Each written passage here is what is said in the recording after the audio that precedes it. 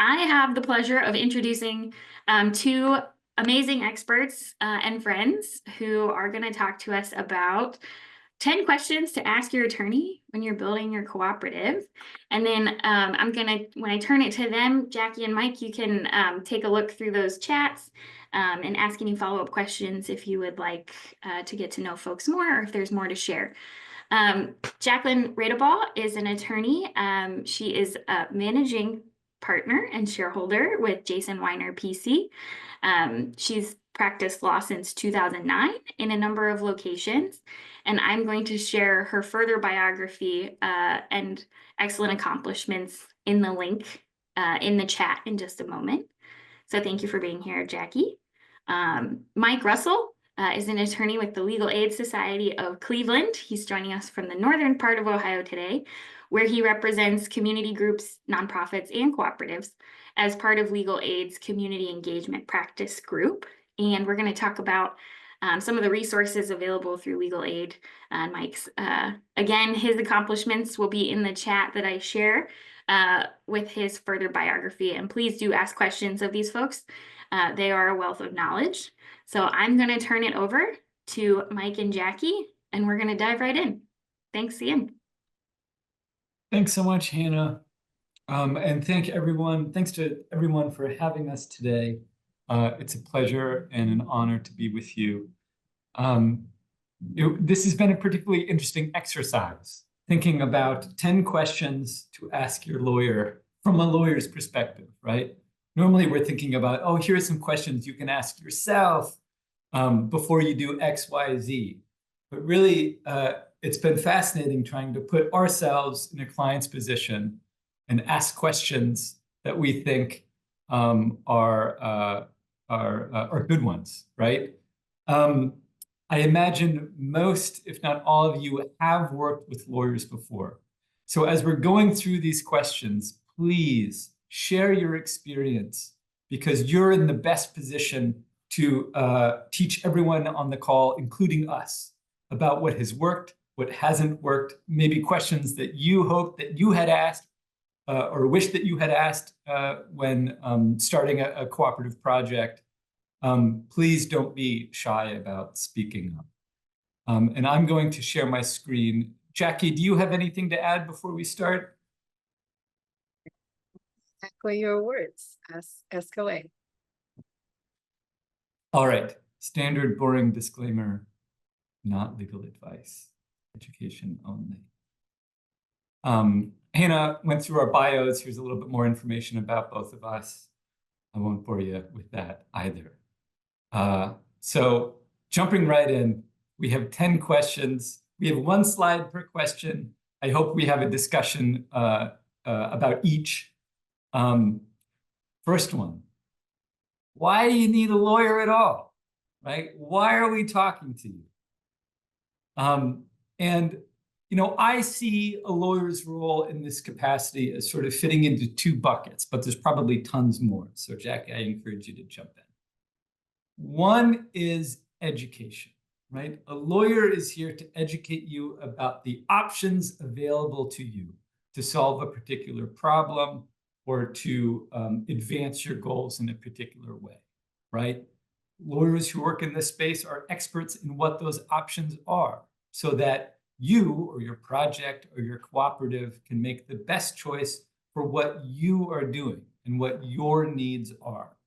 And make no mistake, as all of you know, your needs, the needs of your entity or your project are unique to yours, right? You have a million different nuances that other groups or projects don't have, right? So that's the role of the lawyer, one part of the role of the lawyer, to educate you about the options so you can choose the best one. Another role is risk mitigation, right? Because we know what the options are, we know what the potential consequences are.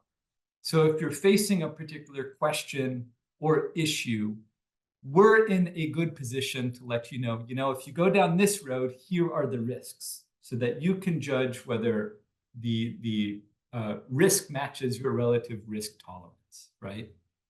Because no action is without some sort of consequence. But we're here to make sure that the risk that you take on is appropriate to your project. It's something that you're comfortable with. Jackie, what do you think? I'm thinking about the difference in between educating and advising. So especially in the cooperative sector, the education sometimes is the attorney or a professional explaining to you what is a cooperative. And more often than not, you don't have to pay for that. You can learn how a cooperative operates and how that's different from other businesses by talking with Hannah, who happens to be an attorney, but in her other hat, and other developers and folks that have cooperative experience, where there's that line that goes to the advice is, okay, I think I have a cooperative business model. What sort of entity should I adopt? What sort of governance structure should I adopt? Those questions go a little bit from the education to the advising that feels like you're being educated, because we might put up a memo together for you to explain the differences in between one and the other, because we want to empower the clients to make a decision after having learned those risks and the differences. At least from my team, we don't push people to like, you have to do this. It's like, here are the options, I'll help you choose, but it's on you. So just keep that in mind, because sometimes I find myself telling the clients, I could teach you what a cooperative is, but you don't have to pay me for that. Why don't you X, Y, and Z link or people, and I'll connect them. So when you're thinking about, do I need an attorney for this? Maybe reach out, because we're happy to give you free resources and send you to people that can help that. The motive might be just that the day you need an attorney, you might think about me, or you might think about Mike or whatever, but we want to see you succeed. So think about that in those terms as well. Do I need an attorney for it? Do I not need? I don't know, but I'm just going to ask. And then worst they can say is that you actually don't need an attorney for this. Talk to somebody else. Perfect. Thanks, Jackie. And I think our responses illustrate the different contexts within we work.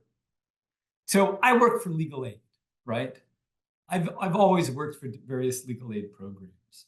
I don't charge clients by the hour, and I only work with clients that have low incomes. So that's sort of the context that I bring to the table. And Jackie, can you share just a little bit of your background as a contrast? Yeah, I did start as a legal aid attorney, and that's where I worked with my first cooperative, and that was fantastic. Not to have to think, to be able to learn, and not to be able to have to think about billing and keeping my business alive. But I do run a business, and so we charge on an hourly basis or fixed fee, and there's arrangements that we do with attorneys, and I think we're going to talk about that a little later when we're talking costs, but those arrangements can be flexible. So there's a little difference in between, I guess, that personal demographics aspect, but then the businesses might be just the same. If you have low income or higher income, startups kind of look all the same otherwise. All right. What about from the audience? Anything about this question before we move on to number 2? All right. Second question. Before we go on, I will also add, you can feel free to add in the chat if that's more comfortable for you. And I'll go ahead and monitor that and add those to the conversation. Thank you. Hey, the reason I figured I need an attorney is I talked to Hannah and Melissa for close to a year now, and they, the last few times, said, you need to get an attorney. That's why I needed one. Melissa told me I had to do that. We appreciate that, Melissa. Yeah, and I'll tell my clients that sometimes when they come to me and I don't feel like they're ready because they haven't worked through their business plan, I might say, hey, go work with Hannah. When you're ready, she might tell you to go talk with me. And yeah, they did. They said, we're ready now. Go find an attorney. So, good. And there's a question coming in about accountants too, which I know we're going to talk about. So, Julie, excellent question, and we have a whole conversation about that coming. Great. Mike, back to you. So, question number 2, and I think Jackie is particularly well suited to talk about this question. Ask the attorney you're talking to how they're going to bill you, right? What is a reasonable estimate of cost for a particular thing? Advice about entity selection, formation, contracts, for example. You should be comfortable asking these questions. Yeah, I guess I cannot stress that enough. It's sometimes a little uncomfortable because you're like, well, I need this work, so whatever I'm charged, I might have to come up with. You want to know upfront. You don't have to come up with whatever you're told. Sometimes you have an idea what that might look like, and the attorney might reset your expectation. And so initiating that conversation is really, really important. It's going to affect you more directly in a sense. So you always want to ask, how do you bill? You want to ask details about, do you bill me when you call versus when you email me? Because there are some attorneys that might do a fixed fee, and there are as many emails as possible. But also there are attorneys, and if I receive a quick email, but I had to think about it and it was an actual legal answer, I'm going to charge the time I spent answering that email as well, because that is my experience and my expertise. And it is legal advice. So you always want to know those things. What activities are you doing in our relationship that you charge me for? And how is that calculated? Attorneys on hourly rates, they usually will ask for a retainer to start with. So they might say, you put down $3,000, say, and then I'm going to charge you on an hourly basis. That means whenever I do some work, I'm going to enter my time in this little software that's very annoying in increments of 6 minutes, and then we round up. And then at the end of the month or the period when you receive an invoice, if you had a retainer, it's going to be debited out of it. And then once that is exhausted, we usually ask for a replenishment of the retainer so that it's kind of not behind, but that amount of money usually stays in a trust account in all states around the country, stays in a trust account that generates interest, and interest from that trust account goes to organizations like Mike's to fund services to those who cannot afford legal services. So that's super important. That's not something that's ours, and that's not something that's yours either. Yours is the money that you put in, and the money that you put in there, we don't touch until we actually have done the work. So hourly rate works that way. A lot of attorneys are starting to adopt a fixed fee as well. We've seen enough of those transactions that might be that, okay, for a simple formation with a class of members might be somewhere between $3,000 or $5,000. Based on what I'm hearing, I'm willing to do, maybe a $4,000 work with you, and it will include X, Y, Z. You want to know what it includes. You want to know at what point it's going to come out of it, because we'll describe any scope of our relationship and the work with an engagement letter. And you might start adding classes, and then that starts becoming a whole different project that might be a reason to trigger a different conversation about that scope and the value of those services as well. So you always want to ask, and if the attorney only gives you a fixed fee when you're hourly rate when you start with, ask about, is there another arrangement? Can I get a fixed fee? And if I can't, we'll talk later, can you refer me to somebody else? Or if I'm not ready, when I am, what should I be budgeting for this work that I know we'll need? A contract, an entity formation, a new membership agreement, or whatever that looks like. I'll need something like that later. Can you tell me what I should be expecting so I can be prepared and maybe plan for it beforehand as well? So those are the things that come to mind. Tell me if you have any questions that I can develop. A recent anecdote to add is I was recently contacted by somebody I know for a referral, and I suggested, attorney A. And they went on the attorney A's website and saw that there was a particular cost for a consultation, and they came back and said, no, we can't afford it. And I encouraged them, just reach out, have a conversation, talk to the person to see whether that's actually fixed or whether you can negotiate something different. Because you never know. You never know. Don't be intimidated just by what's on a website.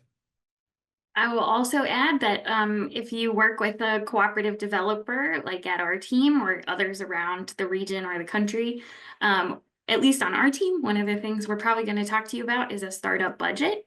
And we have some resources and worksheets, for example, around startup budget. And I can tell you for sure in our startup budget worksheet, other expenses includes legal services. So that should, generally speaking, that should always be a part of that startup budget that you're working on as a part of your planning, like business planning process. Some of these tips here are really great for helping understand, well, what number should we plug into that? So other questions from the room? Really helpful for peeling back those layers. So thank you. All right, what usually follows the money question? Very expensive. So what questions can we think about on our own time, right? How can we be most well prepared so that when we talk to you, we're using efficient use of your time, of our time, we're not incurring expenses that are unnecessary. We're going to circulate, I think, with the slides, a document. It was 28 questions to consider before talking to a lawyer that's specific to worker cooperatives. And I think that document has a lot of great information. I'm gonna try to pull it up. Let's see if I can do that. Then while you do that, Mike, I would also encourage you to think when you're seeing a number, well, you pull. Let's let you talk about that and I'll bring it up. I can't make it bigger. Well, here's what it is. But it has, a good chunk of questions to consider about structure, goals, budget, business plans, etc. And so that, if you haven't seen something like that before, I think that's a really good start. And I mentioned I started as a legal aid attorney, my co-op work, and then I joined this firm 4 years ago now. So this is just my experience. That's not at all meant as an advertisement for my firm or anything else. So please, if that occurred to anybody, just take that away. Just my experience. My current fee is fairly high for my state, for my city, not nationwide. I would encourage you also not to be worried, too stressed about that when you see a high fee. And what I'll say is a high fee is somewhere in between $400, $700. That's expensive. That's not terribly cheap, right? When you have so many other things to do and you're working on an hourly basis. It might be a little different on a fixed fee. But if you see a number around that, it hurts a little bit. Ask about the attorney's experience as well, right? An email that might take an attorney or one of my associates an hour to write, I might be able to write in 12 minutes, like a few minutes because of the years of experience. And that applies to a lot of well-experienced attorneys that will have a slightly higher fee sometimes, not everywhere. We do have fairly a variety of fees across our sector, but think about that as well. Will I have to educate this attorney that has a lower fee? Because they are good at business law, but they don't know anything about cooperative. So maybe paying $250 for them is going to become very expensive versus talking with an attorney that is charging a little bit more, but that's what they do and they're going to get the thing quickly done as well. So think about that as well. And then there's the other part. I always, especially when it's not terribly co-op specific on this other point, can you recommend another attorney within my budget? If it is a contract, sometimes even the entity formation conversation, the structure, I might say, hey, actually I do. I have somebody locally here that I know is a good business attorney, can help you with their contract and will probably be a little bit more affordable. Go talk to them for this thing. And then when you think it's a little bit more specialized, talk to me again and I'm either point you out to another direction or I can help you. So all the attorneys typically are very open to that as well. We have good connections with other law firms, or I want to hope so, where we can exchange information and also kind of share the needs of our clients and our, I guess, constituency.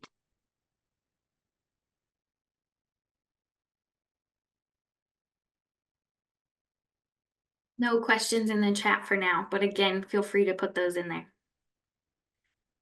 All right. Here's another sort of interviewing your lawyer question. You should feel comfortable to ask references, right? What is your experience? Have you worked with a cooperative like ours before, from an area like we're from? If you have, can we call them up? Totally natural, appropriate question. Typically, the attorney cannot just tell you I work with X, Y, and Z unless that has been made public information or the clients have authorized it. So what I will usually do here is sometimes even without the client bringing up, hey, I have somebody that is in your sector and they've been working as a cooperative for a while. Let me check with them if I can make a connection. Is it okay if I mention you to them? And then for them, I'm going to ask the same thing. Can I connect you with this potential new client? Do they have questions about working with us and then working about your sector? So I usually try to do that combo, working with me or with the attorney experience and within the sector as well, because it sometimes is super helpful.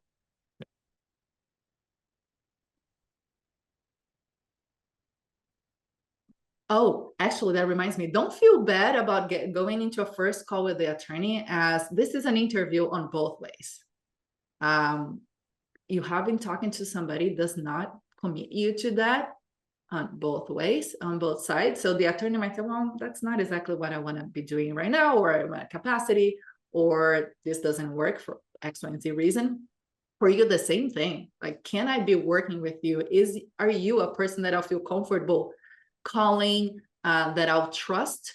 Because if a client of mine, I give advice and they just do exactly the opposite the entire time, I don't think they trust me enough, or there's something that the relationship that needs to be addressed. And it might be that they just want to hear an opinion.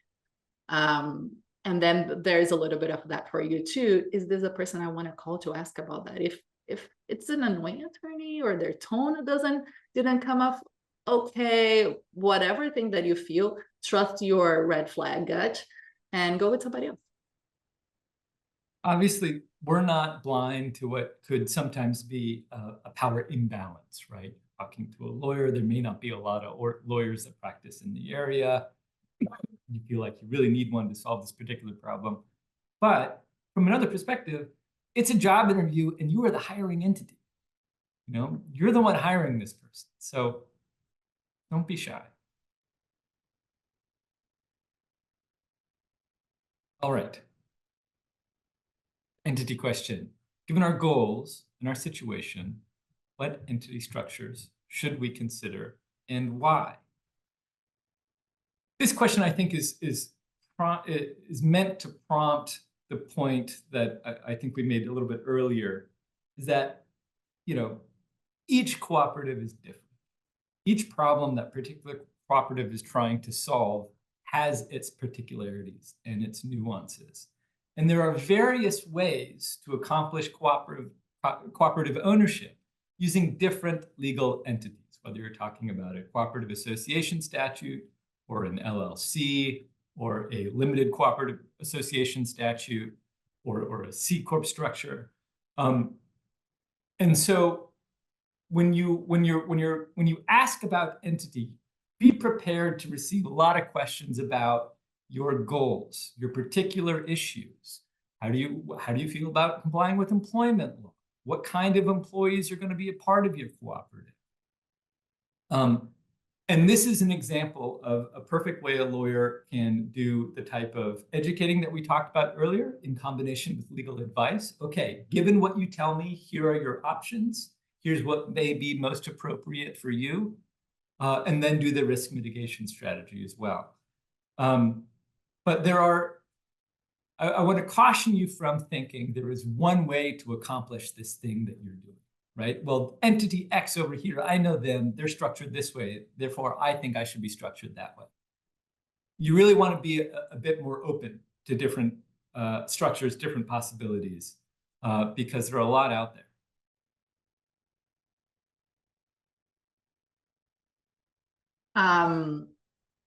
Don't be surprised if the attorney tries to talk you out of one of those or out of being a cooperative. Sometimes it's just, and I do actually that very often, because sometimes it's a way of probing. Have you thought about all the things that make a business a cooperative? Sometimes it sounds fun, it sounds great, and you have a few concepts, but cooperative concepts are so specific to it that we are used to hearing about equity, about business ownership, about profit, and those terms mean so many different things within the types of business. If we're talking traditional businesses and cooperatives, that sometimes I want to probe a little bit more, and I might not go too far, but I'll ask questions around, and so don't feel attacked. Maybe is the word of caution. But sometimes it's like what you really want to share with the attorney, or the attorney should really be probing when you're asking those questions, is what is your goal? What are you really trying to accomplish here? Take aside all the labels, patronage and profit and ownership and all that. Take aside that. Tell me about how your business is supposed to operate. Who makes decisions? How those are made? What's the process for it? Who's really in charge?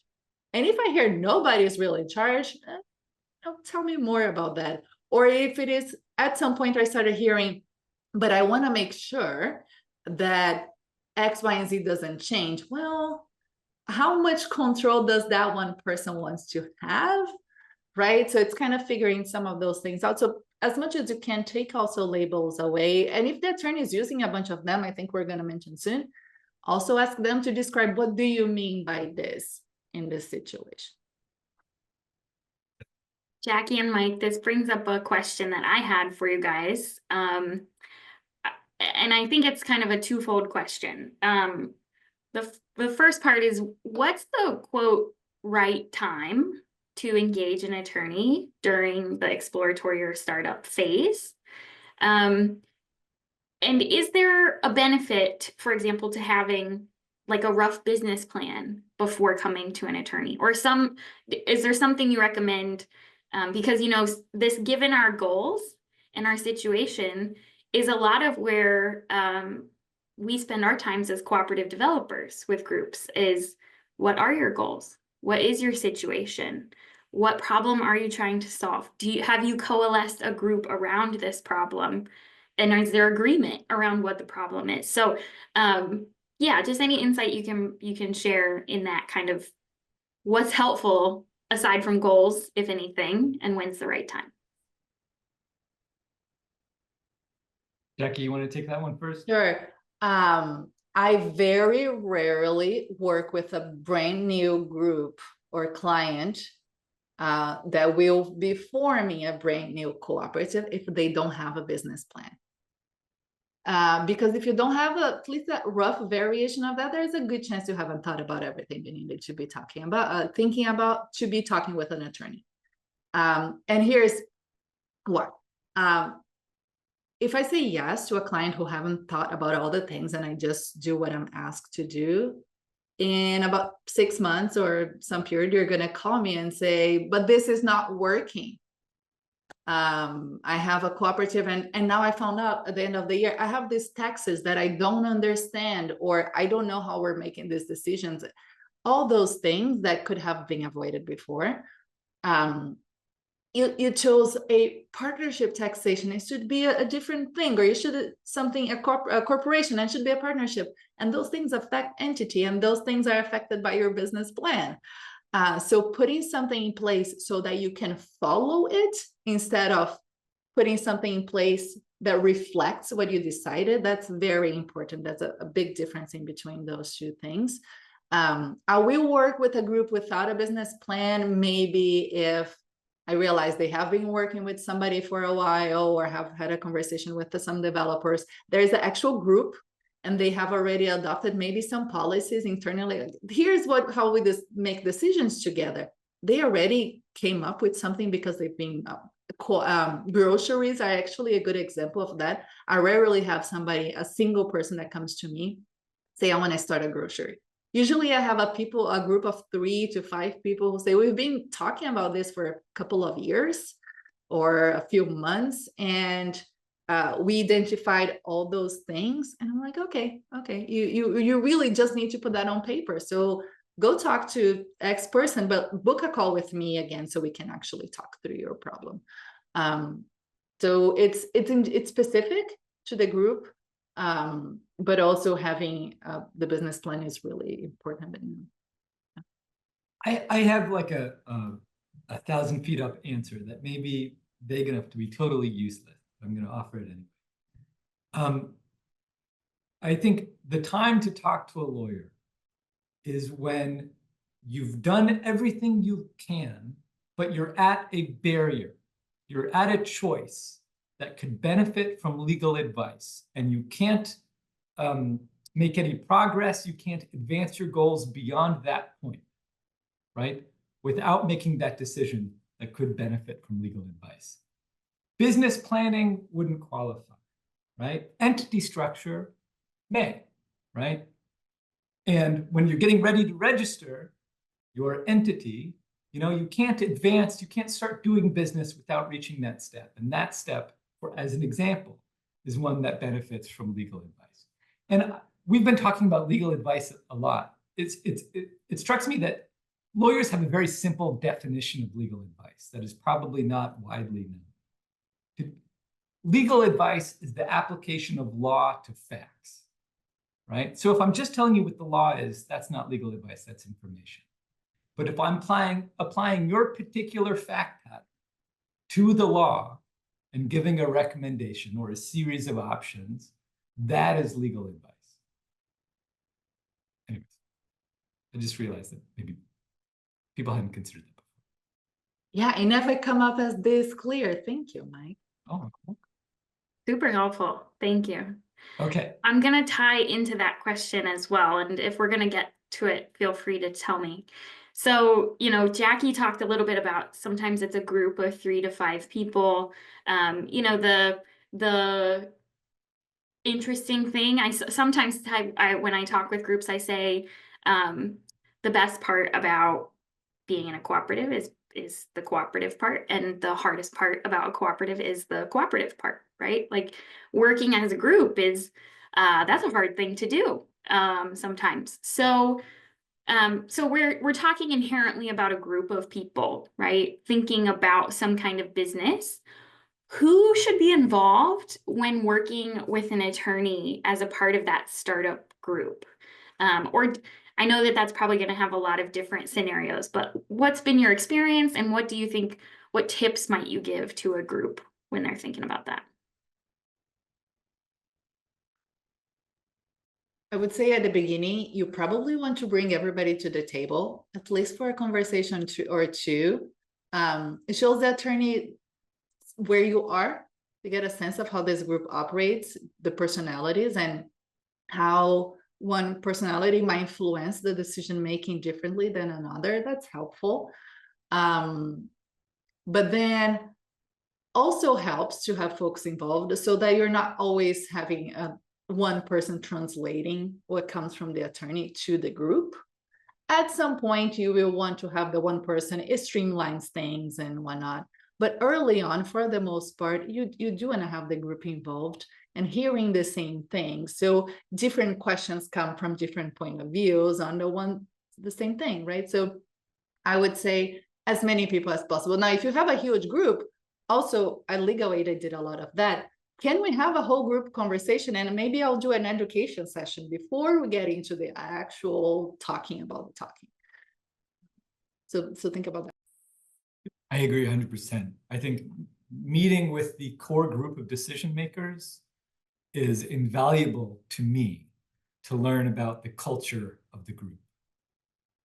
At least in the beginning, to get to know what that culture is, because that will have an impact on how I work with a group, for sure. Simple one, right? Hannah mentioned this earlier. If a lawyer uses words that you don't understand, you're doing the lawyer a favor by stopping them and saying, you need to explain this to me. Either what this word means, what this acronym means, what this concept is.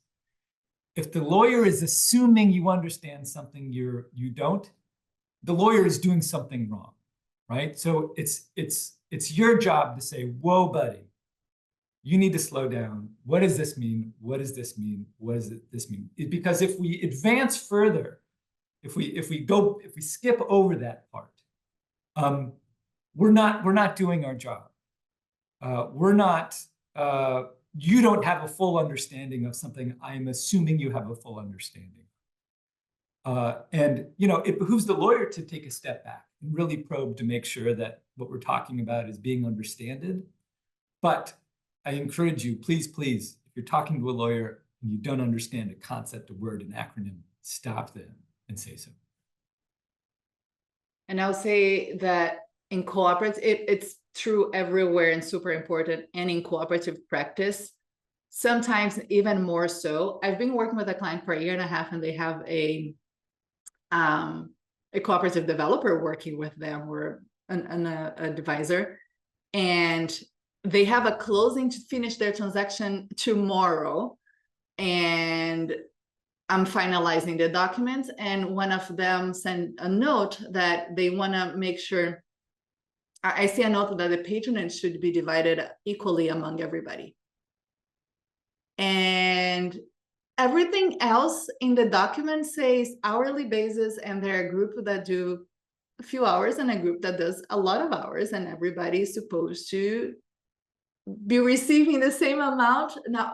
Now this might not make a ton of sense for you, but patronage, we adopt a variety of formulas, and sometimes it's an hourly basis. Sometimes is everybody that works here will receive an equal portion. It could be as simple as that, but usually it's not. It's really based on volume more often than not. And so that was a very important concept that I thought it was defined because we've been working on it for 1.5 years. And it wasn't, right? Just before, after 1.5 years, and an important transaction. So could I have maybe picked up that earlier? Maybe, but it might mean that if you're asking, if you're trying to form a cooperative, always ask, what does this concept mean? And how does that apply to me? And then that should give you a little bit more clarity and get you on the same page as the attorney we're working with. You were helping the lawyer in that circumstance. Okay. We had a question about accountant. Why or when should we talk to an accountant? I have an answer, but Jackie, I'd like to learn from your answer first, because my answer is when, I'd want to say when money's involved, right? But if money's already involved, you've skipped over the sort of tax structure part, and that's important too. So maybe an accountant needs to be involved at that point. Jackie, I'm curious to hear what you say. Yeah, whenever you're forming a legal entity, you're going to have to choose how your entity is going to, or your business, how it's going to be taxed. And sometimes we hear corporations, and we hear C Corps, and we hear partnerships, and we hear LLCs. Those are concepts that are used both in entity types and in tax regulation, and they mean two different things. Janelle Warsi, an attorney with the Sustainable Economies Law Center, she refers to it as kind of the cake. Your entity type is the cake, and your taxation is the icing. So you might be a cooperative corporation that is a C Corp. You might be in Colorado, a cooperative association can be both a C Corp or a partnership in terms of taxation. They can choose both. If you're an LLC, you can choose to be taxed as a partnership, or you can choose to be taxed as a C Corp, and therefore as a cooperative sub T, as that icing. So early on, you want to talk with an accountant to understand that choice, how that affects your entity choice. And it will also affect the content of your bylaws or your operating agreement, because a few of, especially for cooperative taxation, there are concepts that must be in your bylaws or your operating agreement to allow patronage payments to be made, and that's very important. So early on, you want to have an accountant reviewing your bylaws, but also just before that, having the conversation with, how will this be taxed? Are my bylaws and operating agreement adapted for that choice that we're going to make. How are we making that choice? And the accountant would be the right person to talk you through that. I was a tax advisor for a long time for corporations in Brazil, and before my full-on legal practice. And I would say a tax attorney is a good person, but we don't know many tax attorneys that do cooperative work. So that's why we're always bringing up accountants. But a tax attorney would be a good person too, and it's kind of the same in this situation. And this isn't a question we can answer now, but what other professionals should be involved, right? And do you have referrals? Who can we talk to about this? I have a slide that's going to recommend some others too. Great. All right. Question 8. Money. I need to raise funds. Is there anything I should know before I start talking with you, posting things online, seeking investors? And the sub-question, I hear these things at securities. When do we need to worry about securities law? So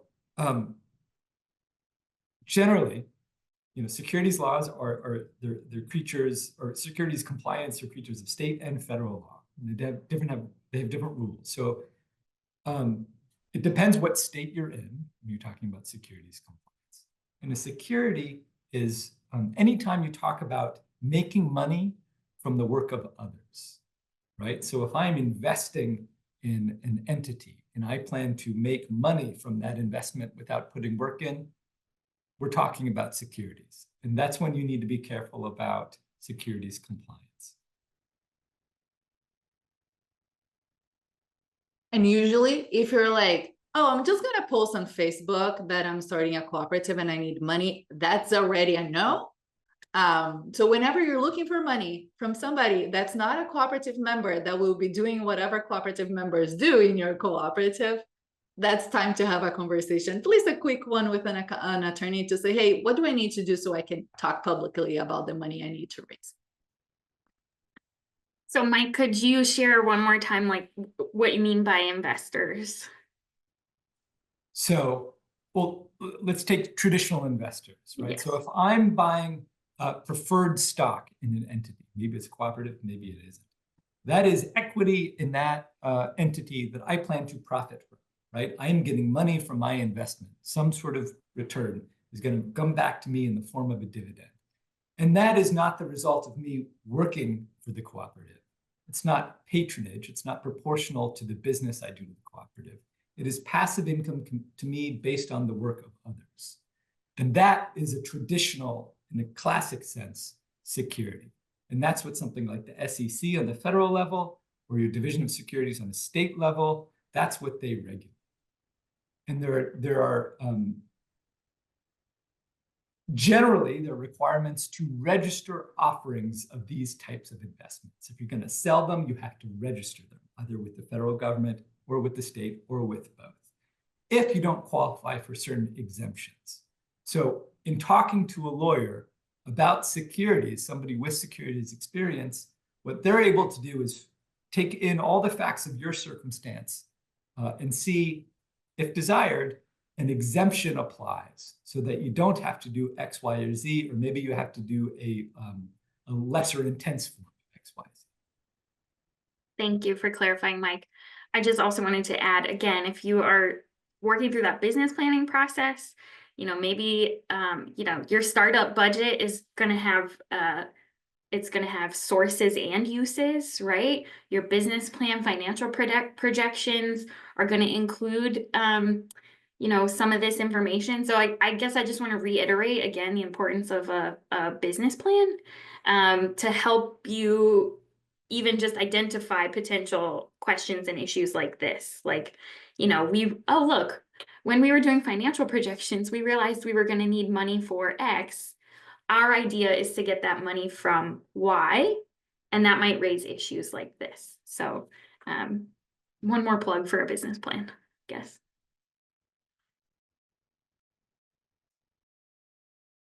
Any questions on this question? Okay, moving along. Do we need insurance? When do we need insurance? General question, do you need insurance? Well, eventually you're going to want insurance, right? Insurance protects you individually, it protects the entity. It's a good thing to have. And, we can talk about general liability insurance. We can talk about board and officer insurance to insulate your board members or your officers, if you have them, from personal liability. When is a good question. Jackie, what would you say to the when question? I'd say there's maybe two prongs. One is, have you formed an entity? Have you filed your business formation? Because if you're personally doing something, an insurance is not really necessarily going to cover you for that. There's a sole proprietor conversation to be had with your insurance provider. So that's one. And the other one that's not either or together, I'm not sure what's the variation, but is whenever you have assets, because what you're protecting yourself, it's really from risk that will result in your assets, cash, property, to be taken from you to cover some risk or liability that was created in your activity. So that is usually when you should have. If you have a board, people start asking about that too, especially if you have folks that are experienced in any nonprofit boards. They are immediately going to say, do you have insurance? How am I protected? How am I liable or not liable for your business? So might be a time to start having a conversation. When we talked earlier about what professionals you should be talking with, the traditional answer that applies to all business is accountant, attorney, and insurance provider. So early on, and then they again might tell you you're too early, there's nothing to protect here, or we cannot. Whatever we offer doesn't cover what you're doing or asking for. There's a little bit of that as well.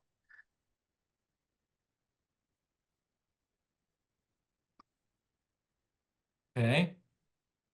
Almost done. This is my favorite one.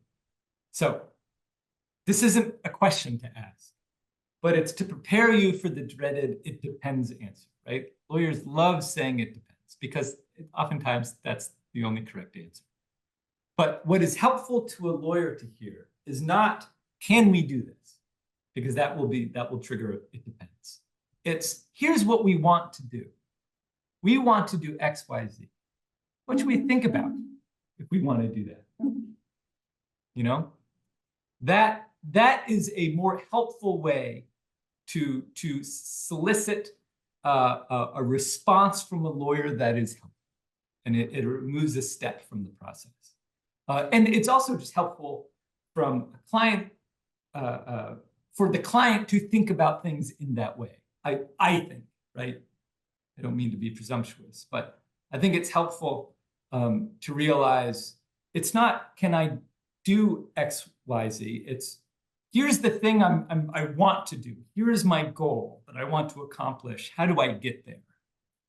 And that's when you can have a really productive conversation. I'll add my bonus question that's maybe an add-on to this one, is what am I not asking? What should I be asking? It's what I ask my doctors when I don't know what I'm talking about. And I think it's just, what did I forget to ask? Is there something else I need to know that I'm not asking? Because sometimes we know we're humans too, and we forget that maybe we needed to think about something else. So let's rethink. It's just a trigger. It helps. Excellent. You got 11 questions for the price of 10 questions. So thank you, Jackie. We appreciate that. Again, feel free to ask questions in the chat. I'm going to share just a couple of thoughts as well to close us out.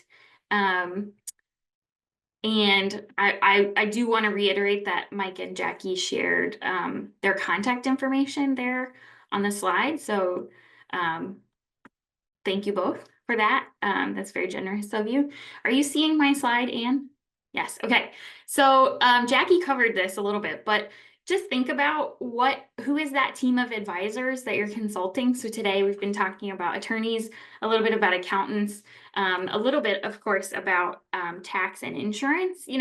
This list of folks, we're not all experts in everything, right? But working together, perhaps we can source expertise in a lot of different ways. So just also think about, you might think about bankers for example, if you're going to have to access funds from somewhere, bankers could be quite helpful. Industry experts, you know, it doesn't necessarily have to be a consultant, for example. It might be just somebody who has spent a lot of time in the industry. It might be another cooperative that you think is a really interesting model, for example. And then I do want to plug the tax experts as well, right? Don't forget about the tax is a key there. So one of the questions that we get a lot of times that we, yes, Jackie, very good point. Your business plan should help you identify what sources of capital you are going to utilize, including debt from a bank. So that's preparing you for that conversation as well. Lots of conversations to be had using a business plan. One of the questions we get oftentimes is, okay, but where do I find these resources, right? Like, I don't even know where to start. We, as a part of a university, don't provide referrals. That's just something that is beyond our scope. We can, however, share with you expertise, right? And some resources that might be good places to start. So Jackie and Mike talked about working with knowledgeable experts to get education before talking to some of these professional advisors. I want to point out that there are cooperative developers all over the country. Here in Appalachia, of course, please talk to us. You don't have to only talk to us, but we're happy to talk. You can also find out who else is working in this area. There are other folks working in this area too that are great folks doing great work. But you can find out more about that ecosystem on the National Cooperative Resource Ecosystem Map from the University of Wisconsin Center for Co-ops. Don't forget about your industry experts as well. So for example, you might have, if you're working in agriculture, for example, which we often are talking to folks in, your local extension office might be a really important source of expertise. In small business, generally, your local small business development center could be a really important source. A couple of tips, also learn from online resources, but please make sure they're reputable. That's a key. And there's a list here to check out as well. I shared some of that in the chat. We're happy to jump into that as well. And then what about finding legal services, like actual legal services? So there's potential low-cost assistance for qualifying clients. So Mike had shared he's a part of the legal aid system. I've got listed here on the slides some of the legal aids that serve Appalachia and Ohio. And then, of course, Legal Aid of West Virginia serves all 55 counties of the state. Again, remember that's for qualifying clients, and every legal aid, you know, we can't speak for what they're able to do, right? But just keep in mind that you'll have to learn from them, just like other clients too. One that I think sometimes folks might forget about is that sometimes law schools have community-facing law clinics that might be able to provide no-cost or low-cost advice. Keep in mind that you're essentially helping to teach new attorneys, so there are some strengths and weaknesses there. Our team did create a directory based on a survey of cooperative and collaborative enterprise legal and accounting resources. This information is provided by the folks who are listed. Again, it's not a referral, it's meant as a starting point for information. I would be remiss if I didn't mention the Cooperative Professionals Guild, which is a national member organization of legal and accounting professionals interested in co-ops. And then also don't forget about state and local bar associations. Sometimes, especially in our rural communities, it can be really hard to find. There's a shortage of attorneys in rural communities. I'm guessing nobody is surprised to hear that. But your county bar associations and existing resources can be really useful too. So just a couple of places to think about. So we are at time. And I just want to remind folks again, first of all, I want to thank Mike and Jackie for their time and expertise. Always so helpful and such a pleasure to learn from you guys. We appreciate it. And then I also want to share again that we appreciate your feedback. It really helps us improve sessions. So you're going to see this link again in the follow-up email to this as well. We really appreciate that feedback, but please do remember that sharing information about yourself is voluntary. And you can always stay connected with us and ask questions.